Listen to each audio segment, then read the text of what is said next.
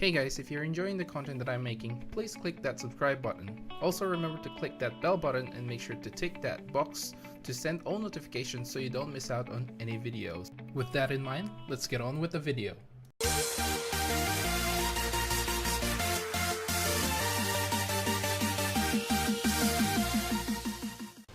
What's up guys, welcome to Munchkins Gaming, where we take your gaming to the next level. This is Munchkins logging in to bring you another Final Fantasy XIV video, and in this video we'll be talking about Ninja 4.0. Now before we get started with Ninja 4.0, let's take a little step back and look back at what Ninja 3.0 was.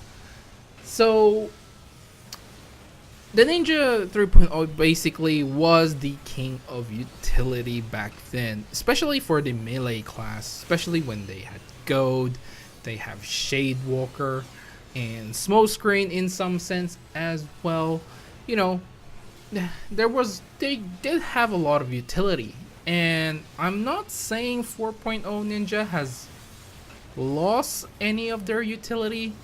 It's more so that the other melee classes have stepped up on their utility, which sort of kind of bring the Ninja 4.0 down a little bit. Now, like I said, I'm not saying that Ninja has lost its utility. It's still a great job. It's still one of those jobs that you probably want to take in a raid situation. Trick attack is still one of the staples for the Ninja, and that alone, you know, is pretty much a reason for you to bring a Ninja to your raid. It's basically 10% increased damage for 10 seconds every minute. So let's just, by doing the math, let's just count, you know, basically let's just say out of 12 minutes fight, maybe you'll do 10 or 11, so times 10, so there's 100, basically 100 to 110 seconds of 10% more damage. So, you know, that actually gives you that reason to bring a Ninja. But for the utility that Ninja used to have, unfortunately, I don't think you're gonna bring a Ninja for Shadewalker or for Smokescreen or for goad anymore.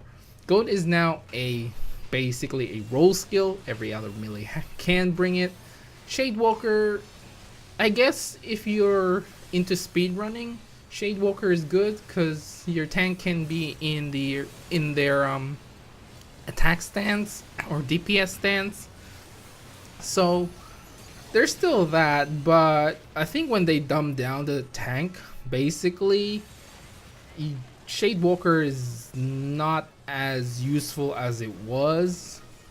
I mean, it's still useful, but it is more so for people who are wanting to speedrun, or for, I guess, for tanks who are struggling to get threat. But honestly, that shouldn't be the case anymore.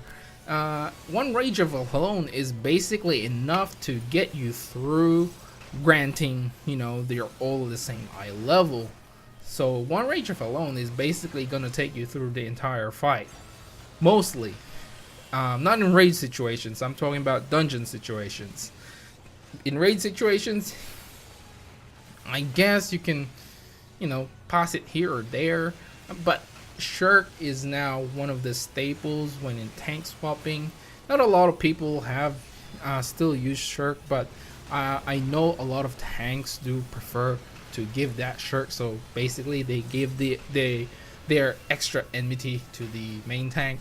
So what do you do with Shadewalker now? Nothing really. So I guess what I'm trying to say is basically Ninja still has that utility and it is still an option, but now there are other options. So there we go. That's pretty much what 4.0 Ninja is like. But let's not forget that even though Ninja sort of as not the best in utility anymore, Ninja did get a lot of buffs in their DPS side. So with the latest patch, they did get a DPS increase in potency, but not that much. But most of their new skills are all DPS centric sort of abilities. Now that they've added the Ninki gauge, I guess that's how you pronounce it, which you get 6 points per auto attack, and you get 30 points if you use mug, I believe. So you know, especially their Ten Chi Jin. I hope I pronounced that right. Ten Chi Jin. Basically, it resets their ninjutsu recast timer and allows you to use basically reduce the ninjutsu recast timer to 1 second, and you don't have to use the entire mudra combination for you to use your ninjutsu. Just for a quick example, I really had a hard time trying to understand this when I was reading, so I'm gonna explain it to the best way I can, make it easier for you guys. So basically, let's just say Ten, Chi, and Jin are all 1, 2, and 3. So basically, when you use any of the first one of that, basically you'll use your shuriken, and then depending on your combination, so for example, for let's say single target attack, you go 1, 2, 3, that being Ten, Chi, and Jin. Basically you'll go Fuma, shuriken, Raiton, and then Huton. Basically that's how the order is. So I guess in the end it sort of goes along with what your mudra combination is, so that but at the same time you can cast that mudra or that ninjutsu straight away. So it's very hard to explain, really. You really have to be there in order for you to get it. That's all I can say. And if any one of you guys watching this that can explain it much better than I did, kudos to you, and I'll give you a thumbs up on that comment section. But yeah, and of course you get Bavakara.